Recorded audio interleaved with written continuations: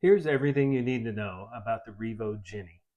First of all, you can turn it on very easily. It has red, green, and blue lights. As you can see here, I plan to use the green light on the dark spots that I have on the upper part of my cheekbone. Once I put it to the skin, it starts to vibrate and it starts to heat, and it feels lovely.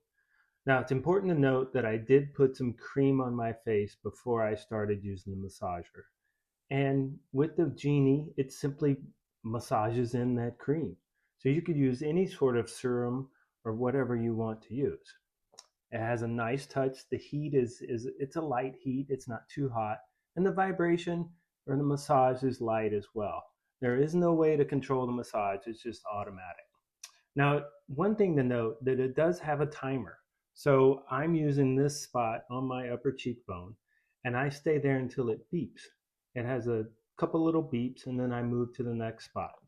I've been using this for a week now and I'm impressed with the results. I can't wait to keep using it to see how well it works on my dark spots.